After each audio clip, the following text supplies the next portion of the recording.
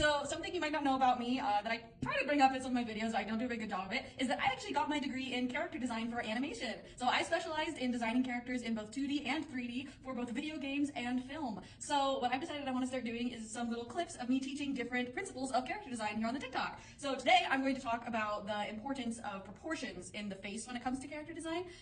So let's get started with that. So number one, you've always got to have a reference. So I pulled up this reference today because one of the most important things that you have to learn when you're first getting into drawing characters is that there are certain proportions that will make your character look normal and like a human, or not normal and not like a human. So when you're first starting to design characters, you really need to learn how to make your proportions match reality, and only then can you work on doing things like adding style, doing exaggeration, and things like that. So one of the most important things that really made faces click for me was learning the exact proportions of where features line up on the face. So one of the most important things that I learned is that the top of the eyebrows will actually always line up with the top of your ears. So you can always guarantee that your eyebrows are going to hit right along the top of the ears, as long as you're not looking at the face in perspective.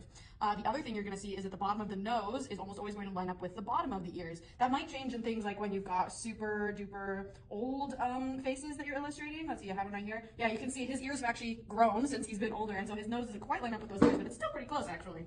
So that's an important thing to keep in mind. And then the other thing is that the eyes will always have one eye width in between them. So however wide your eye is going to be, you're gonna be able to place a whole third eye in between them. Now this face is at an angle, so those proportions are gonna be a little bit different, but you can see I can still break that space up and kind of guess where the ends of my eyes are gonna land. And now I know that my nose is gonna be here.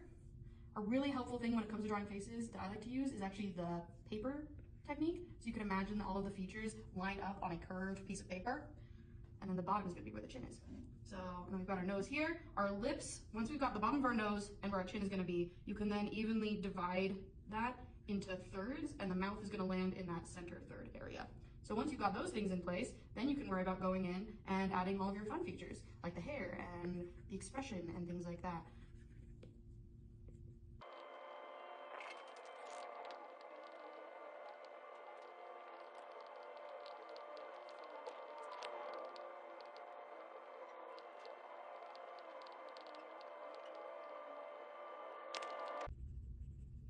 I like to flip my canvas a couple times whenever I'm doing faces, because if your eyes get too used to what you're drawing, you'll stop seeing the mistakes that you're making. Sometimes artists will draw completely upside down so that they're not drawing what they think they're seeing, they're just focusing on the actual shapes of whatever it is they're drawing.